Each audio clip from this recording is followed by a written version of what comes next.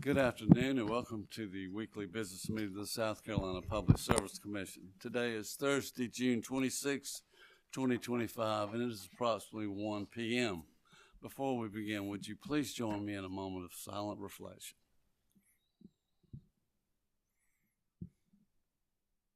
Thank you very much.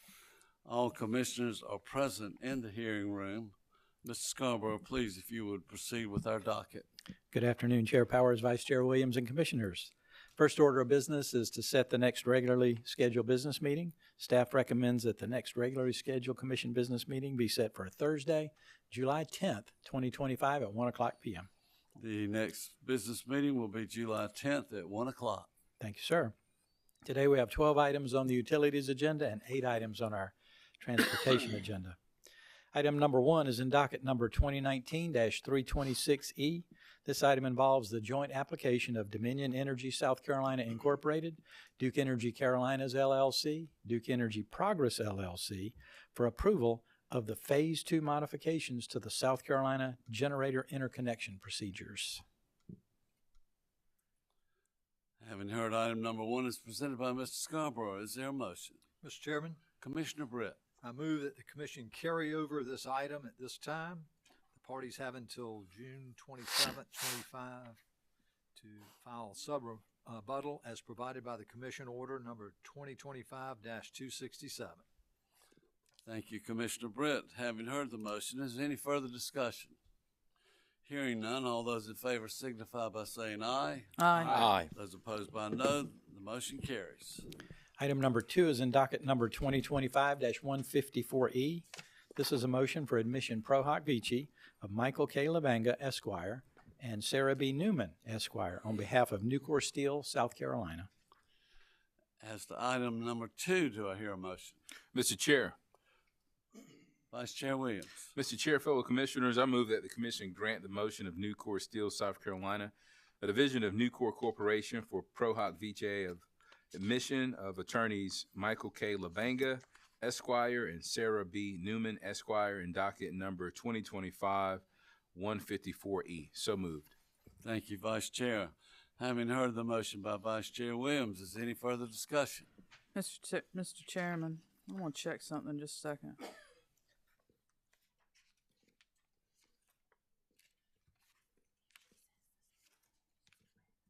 Mr. Chairman, Yes, I have Commissioner Belson. I'd like to make a motion to amend that we correct the spelling of Attorney Newman's name to Sarah. Commissioner Belzer, Do I not have shared the your concern. I share your concern, and I just double-checked and looked in the amended agenda, and Ms. Newman's name is spelled correctly in the amended agenda. Thank you. I'm sorry. I think I'm looking at an old version. I apologize. No amendment from me, Mr. Chairman. Is there any further discussion?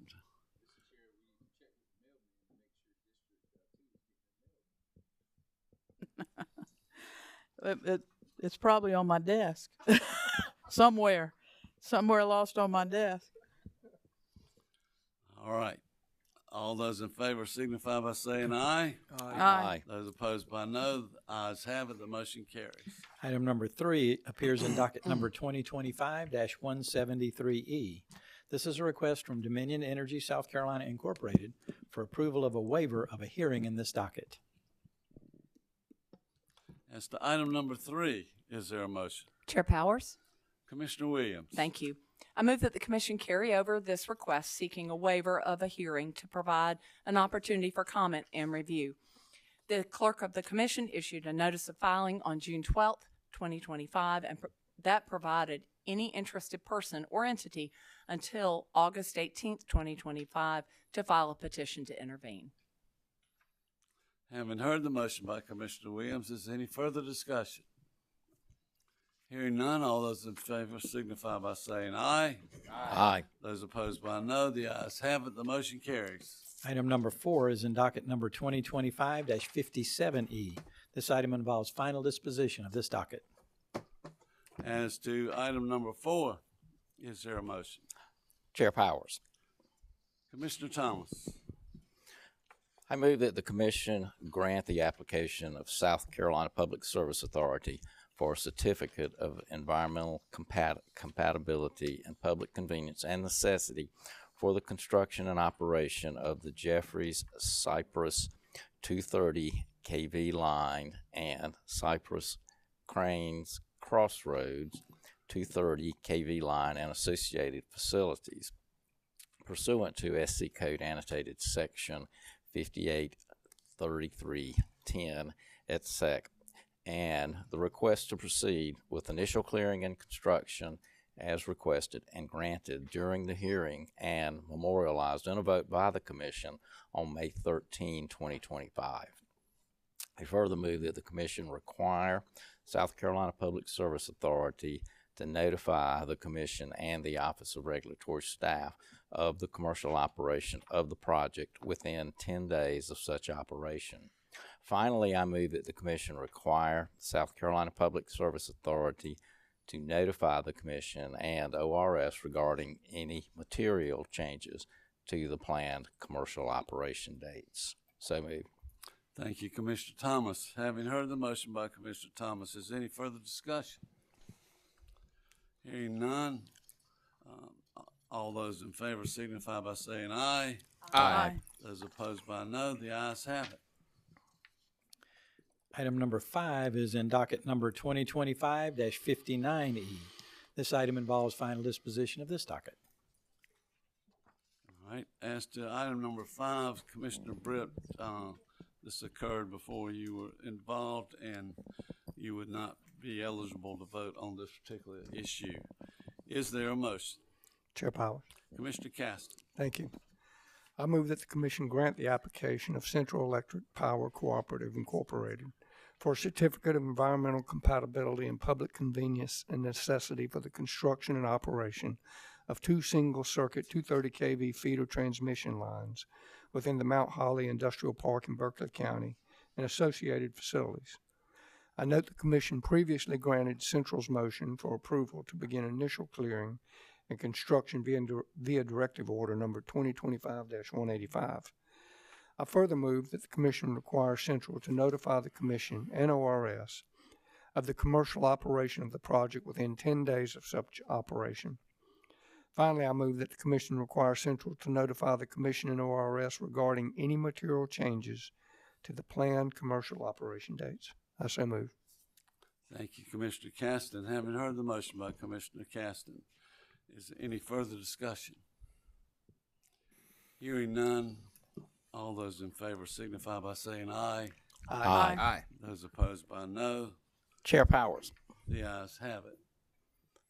Before we move on to the next item, perhaps I missed it, but in item number 4, I think that one occurred before Commissioner Britt was on board. I don't recall whether he voted on that one or not, but just to clarify the record.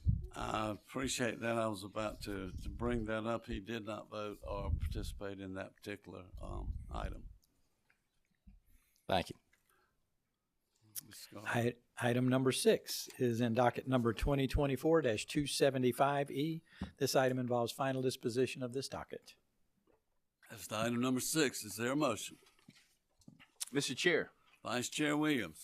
Mr. Chair, fellow commissioners, I move that the commission approve the joint application of Duke Energy Carolinas LLC and Duke Energy Progress LLC for their Clean Energy Connection Program, subject to the recommendations and reservations made by the Office of Regulatory Staff. So moved.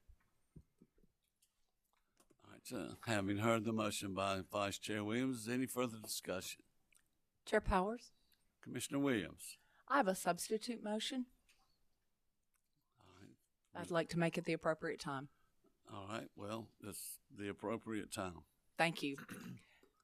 The Clean Energy Connection Program in this docket is the result of a settlement agreement between the companies, South Carolina Office of Regulatory Staff, and Walmart in docket number 2022-326E. In that settlement, Duke Energy Carolinas and Duke Energy Progress agreed to develop and file a clean energy connection program similar to the clean energy connection program offered by Duke Energy Florida LLC no later than December 31st, 2024. While the settlement approved in order number 2024-587A and docket number 2022-326E requires the company to file a clean energy connection program, it does not predetermine that the clean energy connection program must be approved as proposed. Commission order number 2024-587A did not pre-approve the company's proposed Clean Energy Connection Program, nor did it relieve the Commission of its obligation to ensure that the Clean Energy Connection Program is in the public interest. In docket number 2025-275E, interested parties provided written comments as requested by the Commission concerning the Clean Energy Connection Program developed by Duke Energy Carolina and Duke Energy Progress.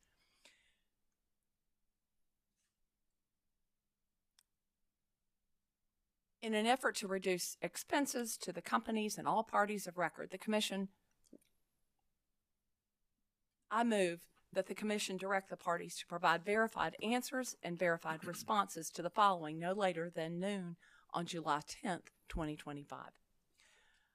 Adoption of the modifications outlined on pages 23 to 24 of our, and this is from South Carolina Coastal Conservation League, Southern Alliance for Clean Energy, Sierra Club, Vote Solar, and Upstate Forever's initial comments, including, and I'm still quoting, correcting methodological efforts, reclassifying the programs as a voluntary customer program instead of a community solar program, eliminating the residential and small business component to avoid misleading customers, and increasing the size and benefit of the income qualified carve-out, as this was set forth in the May 30th, 2025 submission by South Carolina Coastal Conservation League, Southern Alliance for Clean Energy, Sierra Club, Vote Solar, and Upstate Forever.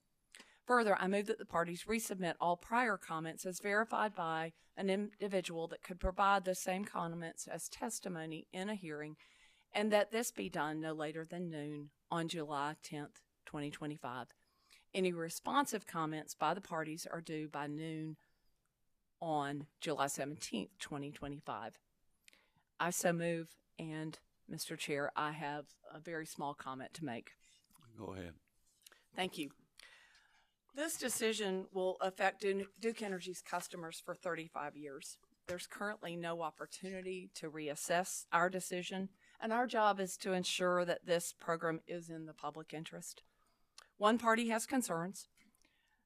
The approach that I've outlined both puts the responses in the record and requires that the company provide limited additional information, while at the same time continuing the opportunity for the Commission to make a timely decision, potentially by the end of July, 1 month from now. Thank you. All right. Any further comments by any party? Mr. Chairman, Commissioner Belser. I'm going to respectfully vote no. This program submitted by the Duke companies is in response to the settlement agreement that was approved in I can't remember the commission. Well, I got it right here. In Commission Order 2024-587A. This program is tailored for what the parties agreed to in that settlement agreement. Here we've got another party that's come in and says, oh, we don't like those, we want these terms. There's nothing preventing that party from bringing that up at other stakeholder groups, from approaching the utilities saying we'd like a program with these kind of these kind of attributes and policies and other terms with it. But what has been presented is agreed to by some of the parties. ORS raised some issues with the program. Duke agreed to, I think, 10 out of 13 provided responses for the other 3, and ORS was fine with that. It is a voluntary program. Nobody has to sign up for it. If a business or a residential customer or small or industrial customer decide that this is something that would be beneficial to them, they can sign up for it, provided it hadn't already been subscribed.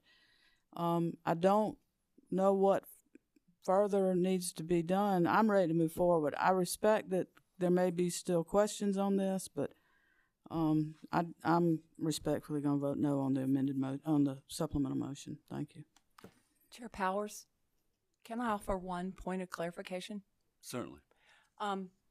The order number 2024-587A is the order that settled the applied programs for renewable choice and clean energy impact. And I think I would be where Commissioner Belzer was if it was either of those programs.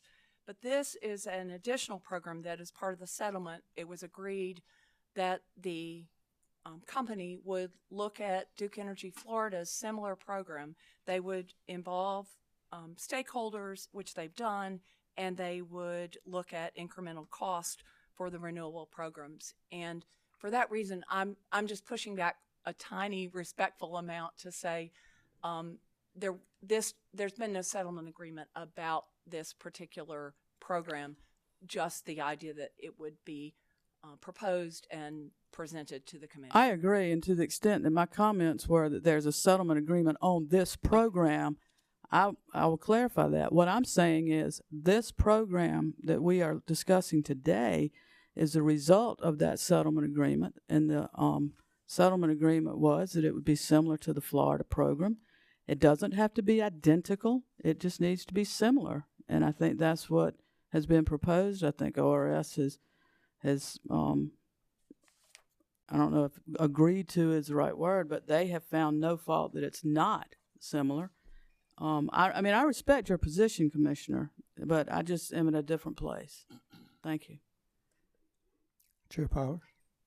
Commissioner Caston.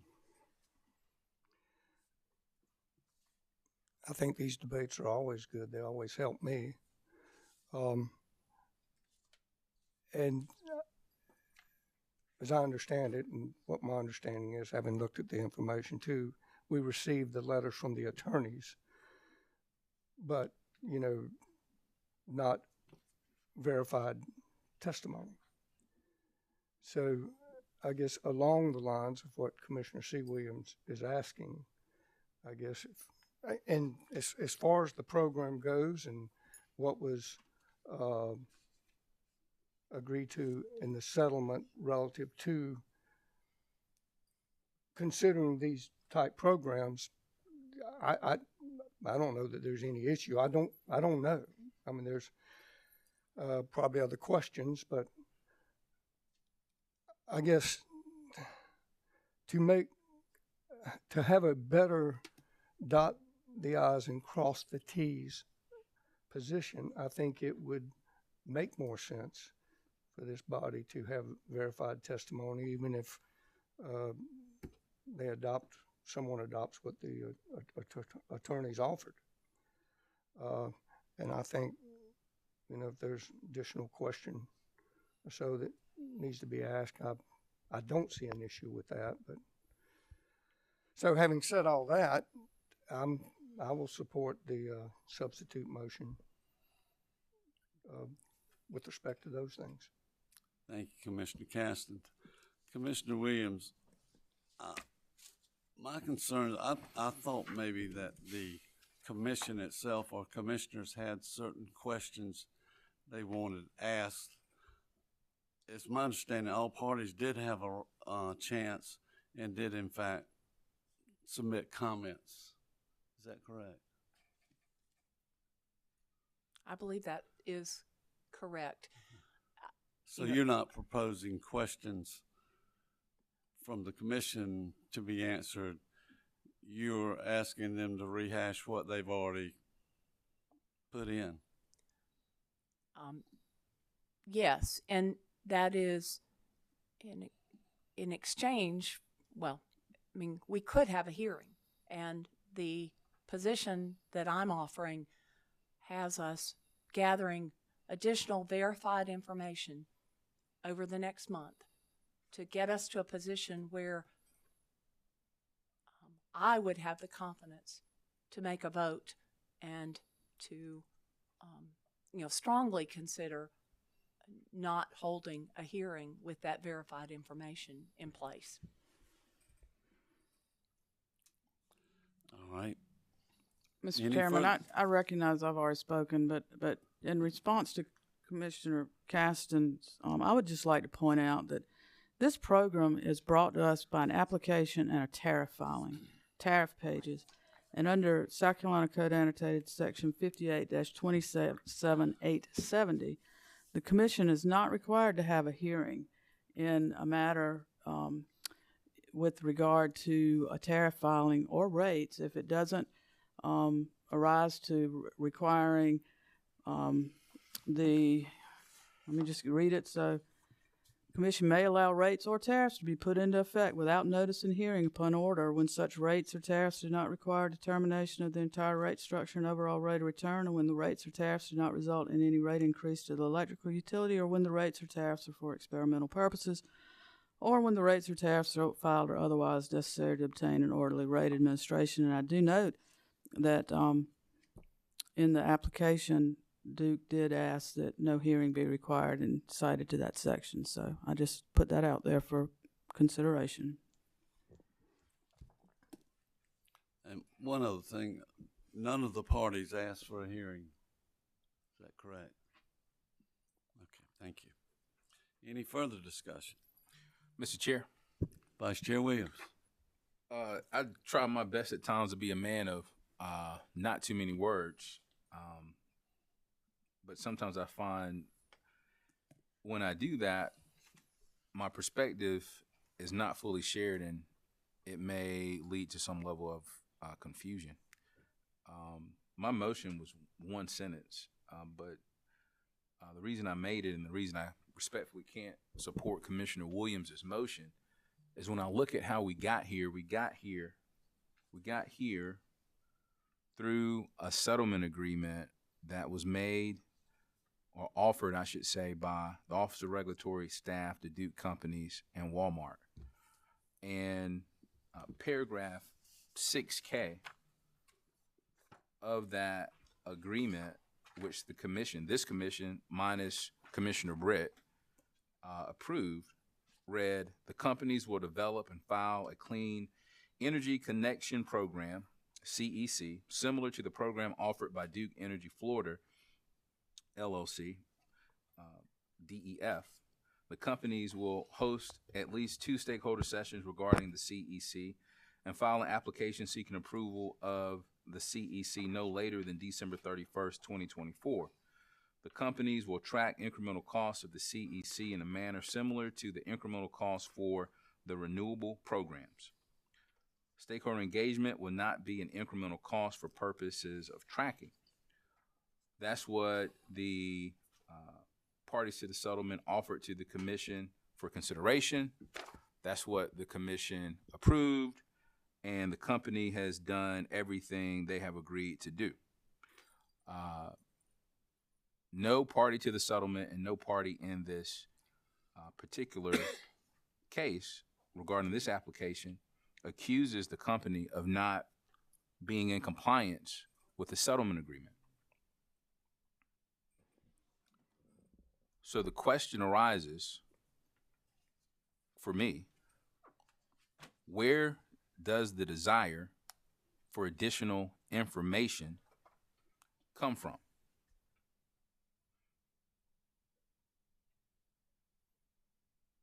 The Office of Regulatory Staff asked or made 13 recommendations.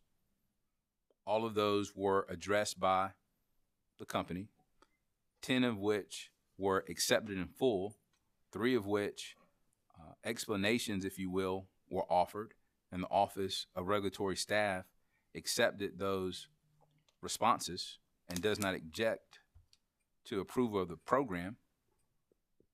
There was an allegation, if you want to call it an allegation, but there was a thought or a comment offered that this program is not similar to the program in Florida. That comment was made by a party who was not a party to the settlement,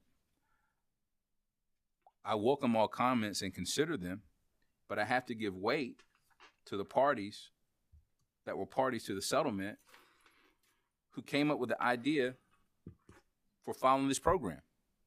Walmart was one of those parties to the settlement, and they, in their filed comments, they stated that to them, it appears that this program is similar to the program in Florida.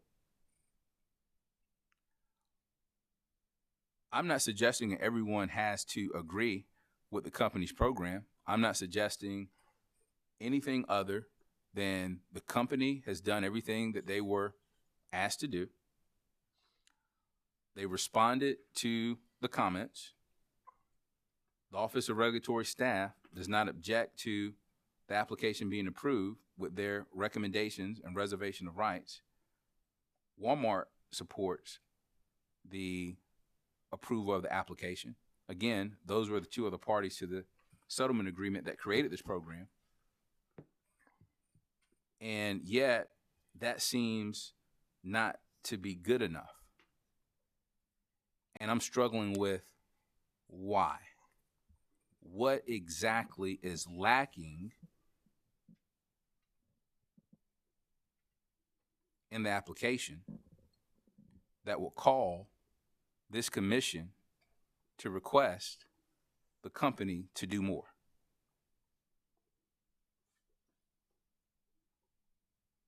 Is that a standing question, or is that just a rhetorical question? It's open. Okay. I welcome an answer. Okay, thank you. I think you made excellent points, and I guess the point the main point I'm trying to make now is it's interesting 'cause being the non-attorney here, arguing with two doggone good attorneys whom I respect greatly, which I appreciate.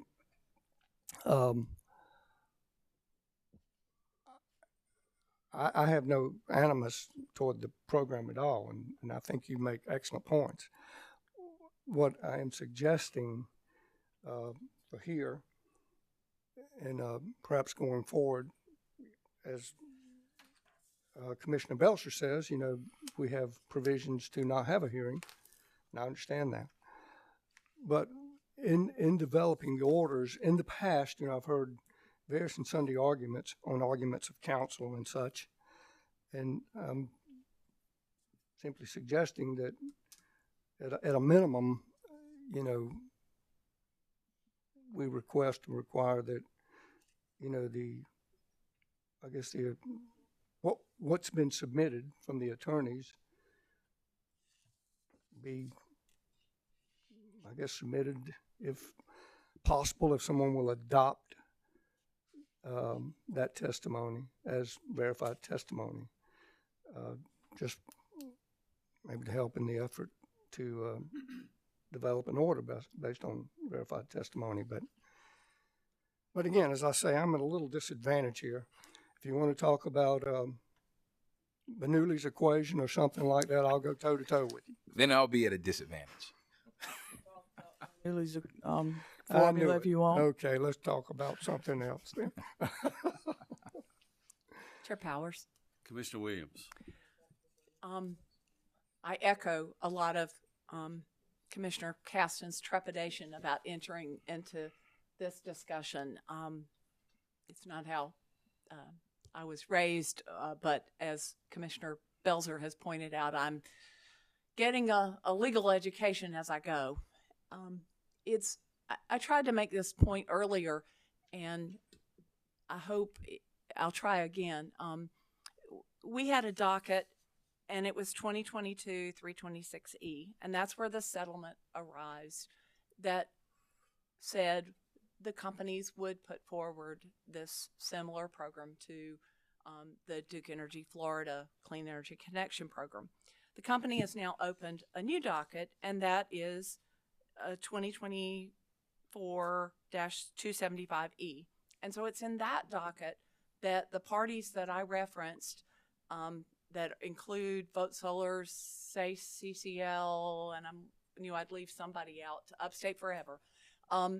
They have intervened, and they are a party, and they have written 2 letters expressing concern about the program. And as part of my motion does reflect what Commissioner Caston talked about in terms of verified testimony. As a result of that, they're participating and their recommendation that we not approve the program as is. My motion gives us a 30-minute, I wish, we all wish, a 30-day window to allow all of the parties to give us, for the company to provide further clarification, for the parties to respond again, and for us to then consider the program that's before us, ideally the end of July.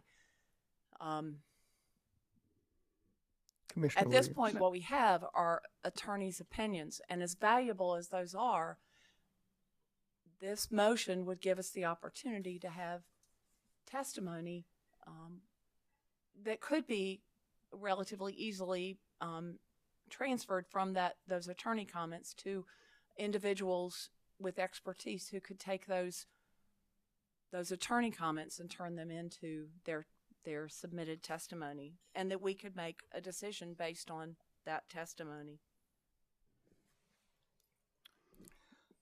I think I've covered most of what I wanted to. Thank you, Chair Powers. Chair Powers, is it, and I'm not the parliamentarian, someone could help.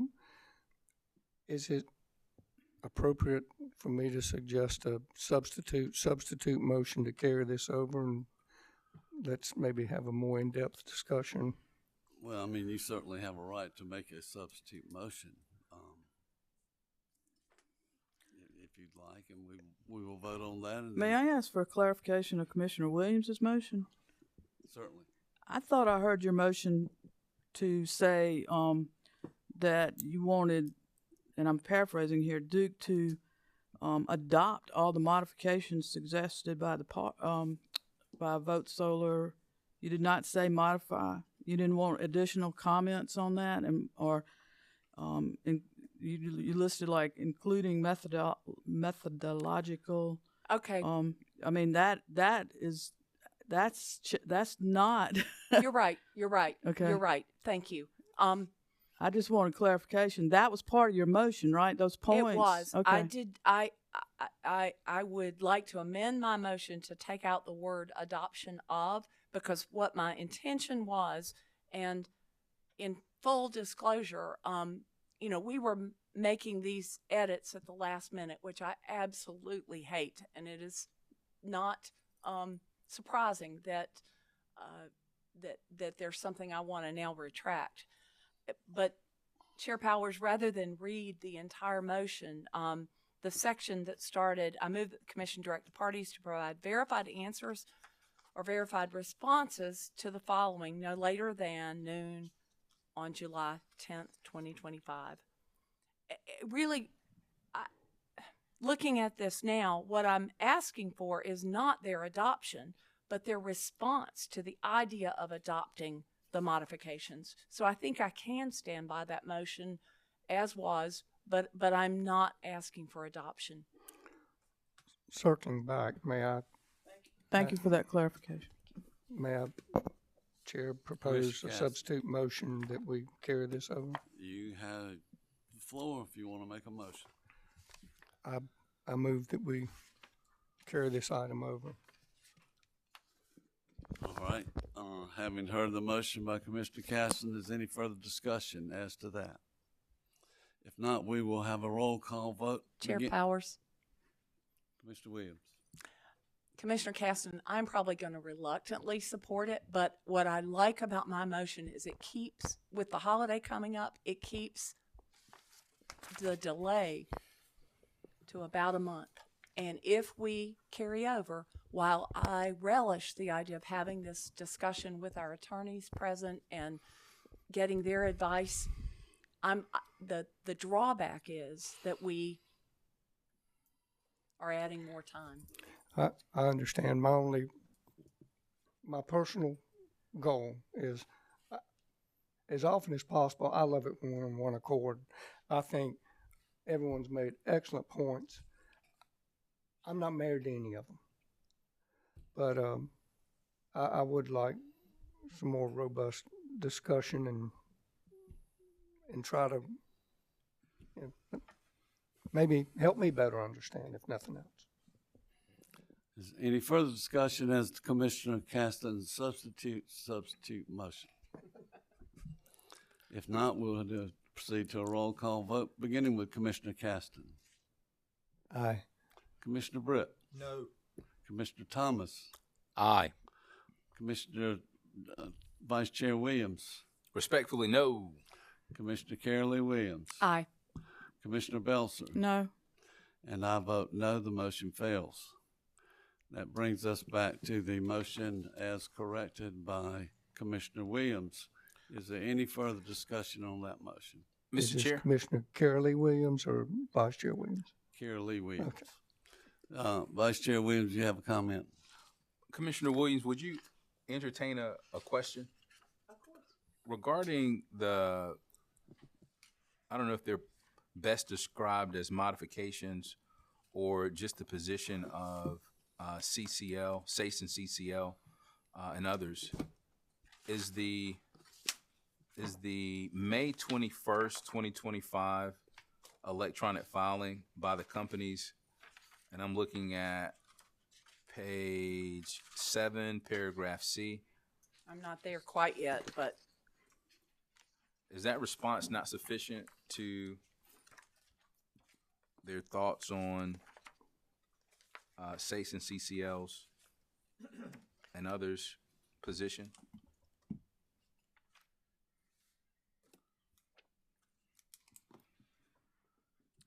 I appreciate your question, and I would like for that response to be in the record.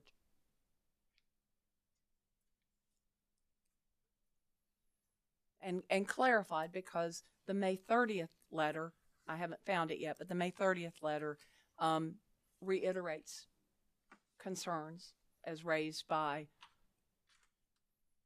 the SACE, CCL, Upstate Forever, and Vote Solar parties. And to the May 30th letter, the company filed a June 3rd response to clarify any confusion. Right. And so is the June 3rd, 2025 response not sufficient? It is not in our record. It is in the docket, but as I understand it, it is not evidence that we can make a decision on. I respectfully disagree, and I'll tell you why. When we go to a hearing, there's a hearing record, and that hearing record is separate from the docket. But when we can have matters that don't go to hearing, and we have to rely on what is filed by the various parties. That's my opinion. I'm sure there's a disagreement with it, but I think that's exactly why Commissioner Caston made the motion for us to carry over and have that conversation with our attorneys present.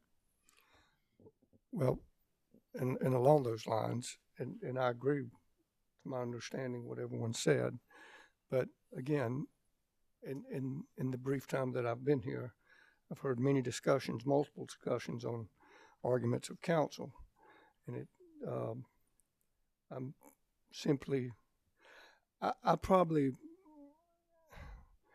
my motive may be different than Commissioner Carol Lee Williams relative to this. I don't know if motive is the right word, but view. I'm just simply suggesting that at a minimum, we ask someone to adopt the attorney's information or statements as verified testimony, just to aid with the order, but and I guess that discussion could have been maybe useful, but that was my thoughts. All right, any further Mr. Chair, I hate to do this, but I really need to ask you for a brief recess All right, so we for a will, comfort break. we will be in recess for about 10 minutes. No, just 5. 5 minutes. We'll take a 5-minute recess. We'll return at 1:45. We are in recess.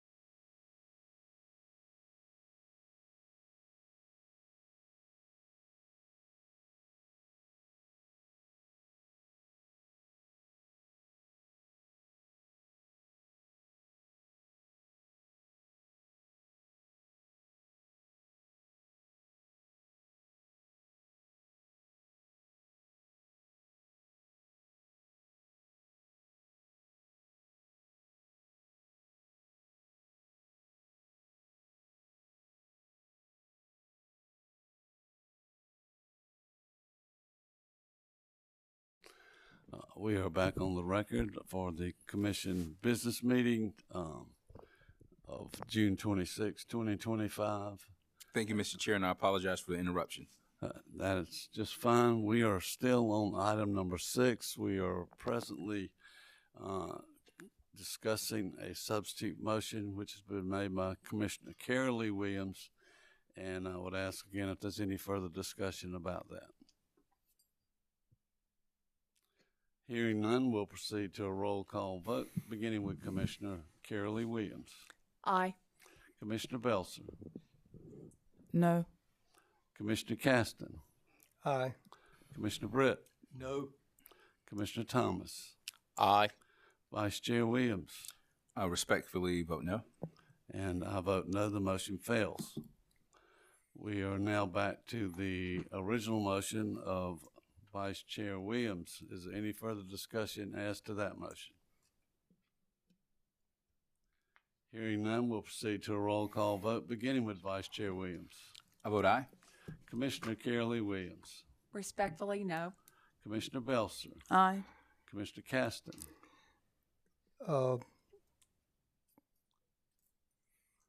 I'd like to vote yes, but I want the verified testimony, so respectfully, I'll have to vote no. Commissioner Britt. Aye. Commissioner Thomas. Respectfully, no.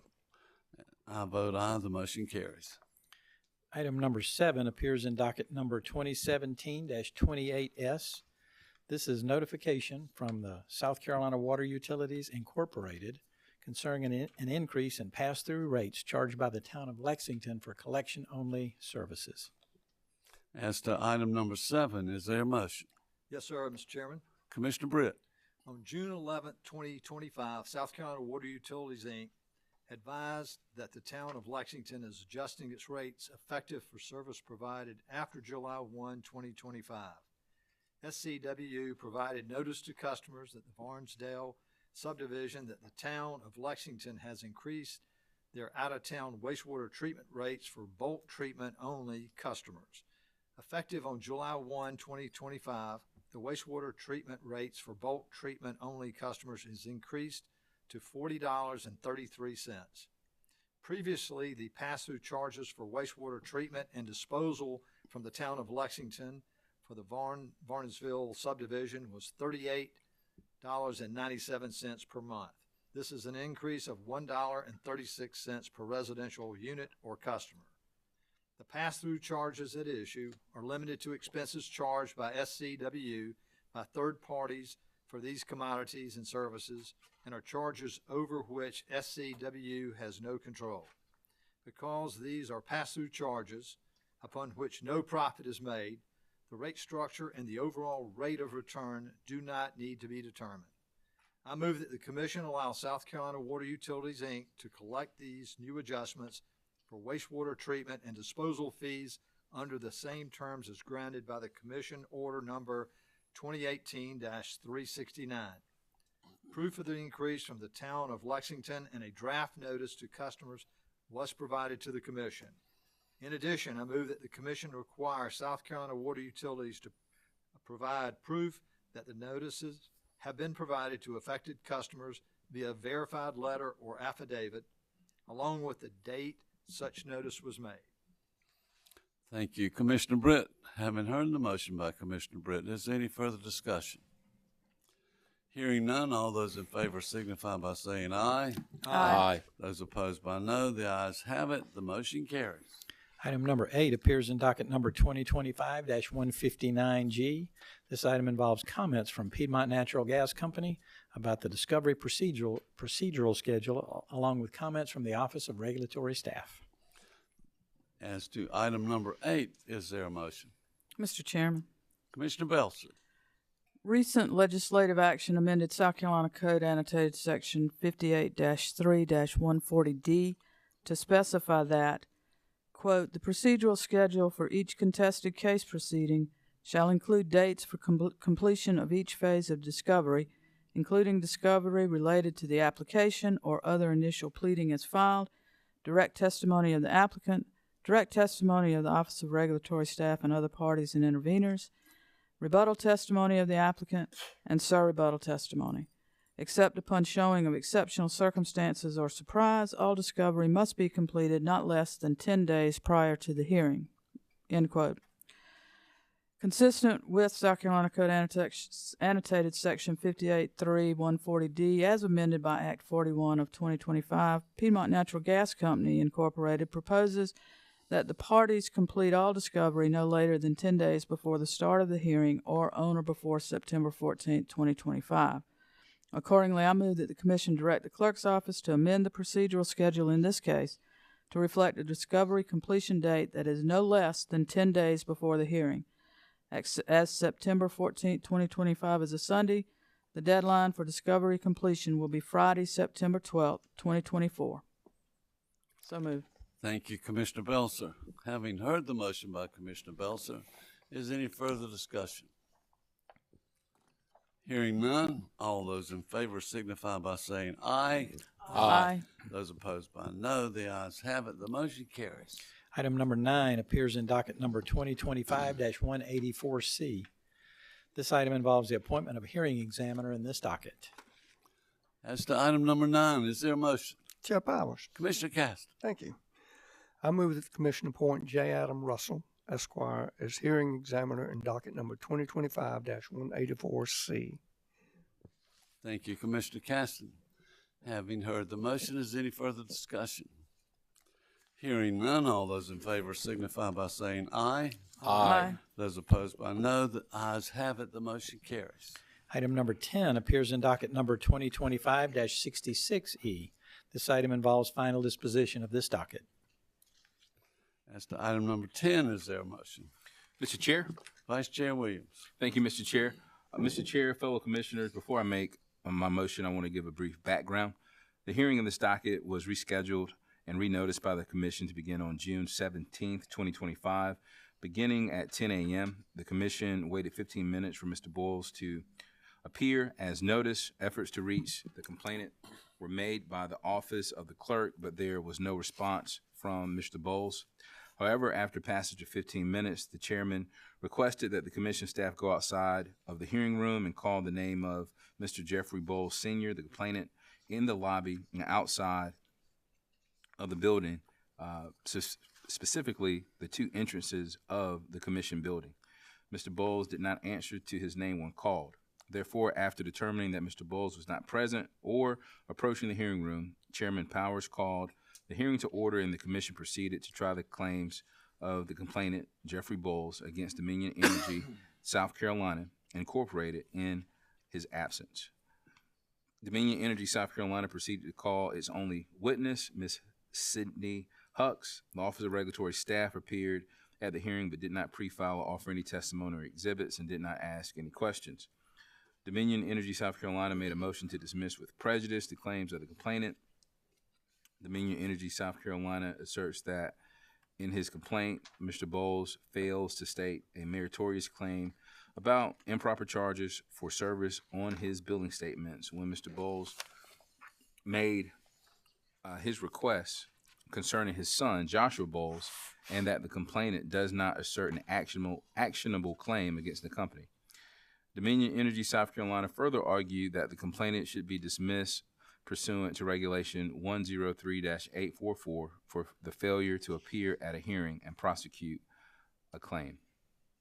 With that background, Mr. Chairman and fellow commissioners, I move that the commission grant the motion to dismiss with prejudice as made by Dominion Energy, South Carolina, following the conclusion of the hearing on June 17, 2025, upon the grounds asserted by Dominion Energy, South Carolina in its motion, as well for the failure of Mr. Boyles to appear and prosecute his claims when the hearing was called to order as properly noticed in accordance with the law. So moved.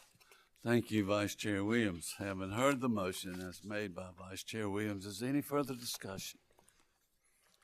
Hearing none, all those in favor signify by saying aye. Aye. Those opposed by no, the ayes have it. The motion carries. Item number 11 involves establishing a deadline for customer public witness list or registrations on the Commission's docket management system. As to item number 11, do I hear a motion? Chair Powers. Commissioner Williams. Thank you. I move that the commission instruct the clerk's office to post updated customer public hearing witness list or documentation on the Commission's docket management system and in the correct docket no later than 2 business days after the Commission's receipt of a customer's request to pre-register and testify at a scheduled customer public hearing. Having heard the motion by Commissioner Carol Lee Williams, is there any further discussion? Chair Powers, Commissioner Williams. just for everybody's edification, Director Boyd had a meeting a couple of weeks ago with a number of parties in case dockets like rate cases where customers sign up to testify. And this is just further evidence of the benefit of the knowledge that comes from meetings like that, where the companies said it would help them in preparing for these customer public hearings to receive the information more quickly in advance of our customer public hearings. So Mr. Chairman, if I could add, I think that meeting was actually a noticed forum that people could, interested parties and people could attend, and it was brought about, I think, by the motion of Vice Chair Williams back, I don't know, February, March, to look at some of the regulatory, are there areas where we can improve? And I think that's what it came about. So thank you for that background, Commissioner Williams. Thank you both, and I agree. This will help streamline the procedures and be more cost effective than some things that we've had to deal with in the past. Any further comments? Hearing none, all those in favor signify by saying aye. Aye. Aye. Those opposed by no. The ayes have it. The motion carries. Item number 12 is in docket number 2019-44E. This is notice for filing from Dominion Energy South Carolina Incorporated of the 6th amended and restated revolving credit agreement. As to utilities, item number 12, is there a motion? Chair Powers. Commissioner Caston. Thank you. I move that the Commission accept the filing from Dominion Energy South Carolina Incorporated, which was formerly known as South Carolina Electric and Gas Company, that informs the Commission of the 6th amended and restated revolving credit agreement related to Dominion Energy Incorporated credit facility, referred to as the amended agreement. On May 20th, 2025, Dominion provided a copy of the amended agreement to the Commission. The amended agreement complies with Commission Order Number 2019-203 and reports that the credit facility increased the maximum aggregate amount of revolving credit loans and letters of credit that can be issued from $6 billion to $7 billion. Dominion is a member of the revolving credit facility with access to loans and letters of credit up to the limits placed upon Dominion by the Commission. The amended agreement does not alter the maximum limit established in Order Number 2019-203 that Dominion can borrow, but continues to ensure that Dominion has the liquidity it needs to maintain operations. The Office of Regulatory Staff reviewed the agreement and conducted discovery. On June 24, 2025, ORS states in its letter that it has reviewed the company's filing and discussed this change with Dominion. ORS does not object to the company's request to amend the credit facility as filed. Based upon the above and to the extent required by law in South Carolina Section 58-27-980, I move that the Commission find that there is no objection to this matter and that the Commission approve the 6th amended and restated revolving credit agreement. Thank you, Commissioner Caston. We've heard the motion on item 12 by Commissioner Caston. Is there any further discussion? Hearing none, all those in favor signify by saying aye. Aye. Those opposed by no, the ayes have it. The motion carries.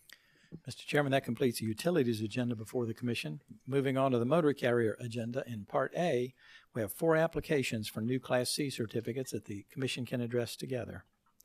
Item A1 is in docket number 2025-178T, which is the application of Private One Executive Transportation, LLC, for a Class C charter certificate. Item A2 appears in docket number 2025-179T. This is the application of Unique Rideshare, LLC, for a Class C charter certificate. Item A3 is in docket number 2025-180T which is the application of Jade's Enterprise LLC for a Class C non-emergency certificate. And item A4 is in docket number 2025-181T. This is the application of Witt Trucking LLC, doing business as Whittington Transportation, for a Class C non-emergency certificate.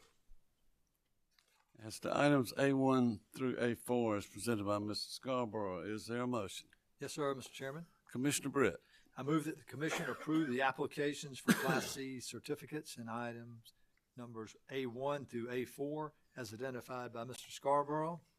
A directive order will be issued for each application in the respective docket. Thank you, Commissioner Britt. Is there any further discussion? Hearing none, we'll proceed to signify by saying aye if you agree. Aye. Aye. Those opposed by no, the motion carries. In Part B of the transportation agenda, there is one request to amend a certificate. Item B1 is in docket number 2022-332T. This is a request from Palmetto Rides and Transportation LLC to amend Class C Charter Certificate number 9743 to read Palmetto Rides and Transportation LLC, doing business as Southern Star Limousine. As to item B1, is there a motion? Chair Powers. Commissioner Thomas. I move that the commission grant the request of Palmetto Rides and Transportation LLC to amend its name on its Class C charter certificate to read Palmetto Rides and Transportation LLC, doing business as Southern Star Limousine. Thank you, Commissioner Thomas. Having heard the motion, is any further discussion? Hearing none, all those in favor signify by saying aye. Aye. Those opposed by no. The ayes have it. The motion carries. In Part C of the transportation agenda, there is one request to suspend certificates. Item C1 appears in dockets numbered 2022-150T, 2022-368T, and 2025-162T. This is a request from Midway Transportation LLC to suspend Class C non-emergency certificate number 9682 and Class C charter certificate number 9779 for an additional 12 months. As to C1, do I hear a motion? Chair Powers. Commissioner Williams. I move that the commission grant the request of Midway Transportation LLC to suspend its Class C non-emergency certificate number 9682 and Class C charter certificate number 9779 for 12 months until June 26, 2026. The effect of this suspension means that the motor carrier known as Midway Transportation LLC cannot operate or do business as a charter motor carrier or as a non-emergency motor carrier to provide such services during the period of suspension and not until the following occurs. Number one, the motor carrier comes into compliance with Commission's rules and regulations by A, providing to ORS proof of insurance and any other information requested by ORS, and B, paying its license fees. And number two, the motor carrier's Class C certificates are reinstated. These certificates are Class C non-emergency certificate number 9682 and Class C charter certificate 9779. Prior to the expiration of this suspension period ending on June 26, 2026, Midway Transportation LLC must come back into compliance with Commission rules and regulations or seek further extension or other relief if available from the Commission. I so move. Thank you, Commissioner Williams. Having heard the motion, is there any further discussion? Hearing none, all those in favor signify by saying aye. Aye. Those opposed by no, the motion carries. In Part D of the transportation agenda, there are two requests for extensions of time. Item D1 appears in docket number 2024-153T. This is a request from RPM Express LLC for a 9-month extension of time to comply with Commission rules and regulations. As to D1, do I hear a motion? Mr. Chairman, Commissioner Belson. I move that the commission deny the request of RPM Express LLC for a 9-month extension of time. RPM Express LLC has requested and received 2 prior extensions totaling 12 months since the applicant's application was approved. On December 19, 2024, the commission issued order number 2024-801, which granted the second extension, and this order stated, and I quote, This additional extension of time represents 12 months from the date of Directive Order Number 2024-367, granting the company's application for Class C non-emergency certificate. If RPM Express LLC fails to come into compliance with Commission rules and regulations by June 12, 2025, no further extension will be granted. However, RPM Express LLC will not be precluded from filing a new application at that time. For this reason, and pursuant to Order Number 2024-801, the request is denied. The applicant, RPM Express LLC, may file a new application for a Class C non-emergency certificate when the applicant is ready to complete the certification process by complying with certain requirements. These requirements are that the applicant must A, file with the Office of Regulatory Staff or ORS proof of appropriate insurance, and B, also tender payment of license fees, as well as provide such other information required by law to ORS. So move. Thank you, Commissioner Belser. Is there any further discussion? Hearing none, all those in favor signify by saying aye. Aye. Those opposed by no, the ayes have it. The motion carries. Item D2 is in docket number 2025-86T. This is a request from CNF Charter Service LLC for a 3-month extension of time to comply with Commission rules and regulations. As to item D2, do I hear a motion? Mr. Chairman, Commissioner Belser. I move the Commission grant the request of CNF Charter Service LLC for a 3-month extension of time until September 26, 2025 to comply with Commission rules and regulations by completing the certification process. So move. Thank you, Commissioner Belser. Having heard the motion, is there any further discussion? Hearing none, all those in favor signify by saying aye. Those opposed by no, the ayes have it. The motion carries. Mr. Chairman and Commissioners, this concludes all business noticed before the Commission today. Thank you, Mr. Scarborough, and thank all who joined us. Please check on friends and neighbors in this heat, especially anyone elderly, even the neighbors you may not know. Have a fun weekend and enjoy the 4th of July. We are adjourned.